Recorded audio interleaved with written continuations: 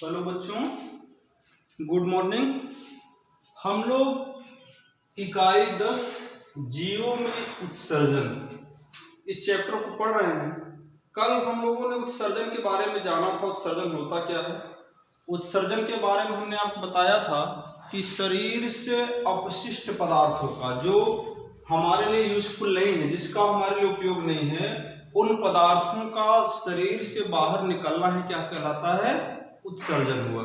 जैसे हमने कल बताया था कि जैसे हम प्रोटीन युक्त जो भी पदार्थ है, दाल है, अंडा है, मांस है, मछली है, ठीक है, पनीर है, हम इन पदार्थों को जब खाते हैं तो अगर ये पदार्थ हमारे शरीर में लंबे समय तक बने रहते हैं तो यह जो है अमीनो अम्ल में बदलता है और अमीनो अम्ल को यकृत जो है यूरिया में बदल देता है। अगर वह यूरिया हमारे शरीर में लंबा समय तक रुका रहे तो हमारे शरीर में विषाक्तता उत्पन्न कर देता है और उस बीमारी को यूरेमिया नामक एक बीमारी उत्पन्न करता है, जिससे हमारे शरीर पे उसके बुरा प्रभाव पड़ते हैं सभी अंगों पे। आज हम लोग मानव का उत्सर्जन तंत्र, इसके बारे में जानेंगे कि मानव का उत्सर्जन तंत्र है क्या। मानव शरीर संरचना में बहुत जटिल होती है। जो मानव का बॉडी स्ट्रक्चर है वह बहुत ही जटिल है, ठीक है।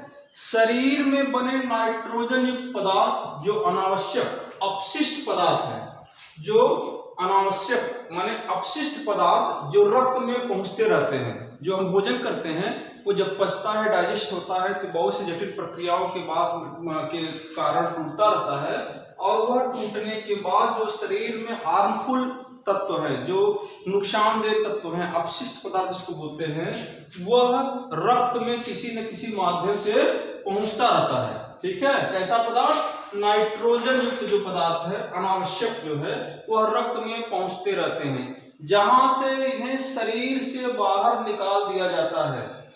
जब वो ब्लड पहुंचते हैं तो इनको हम क्या करते हैं? शरीर से बाहर निकाल देते हैं और इस कार्य के लिए शरीर में रक्त को छानने की व्यवस्था होती है। फिल्टर होता है ना, जो चाय छानते हैं ना, छन्ना, वैसे हमारे शरीर में जो छानने का काम करता है, फिल्ट्रेशन का काम करता है, वह कौन करता है? कौन छानता है? वृक्क, किडनी, जिसे किडनी बोलते हैं ना, वृक्क। यह जो किडनी है हमारे शरीर से अनावश्यक पदार्थों को, अपशिष्ट पदार्थों को छानने का कार्य करता है।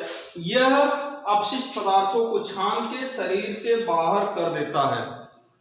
हमने एक उत्सर्जन तंत्र का एक फिगर बनाया है, जो उत्सर्जन तंत्र में कैसे क्या क्या होता है।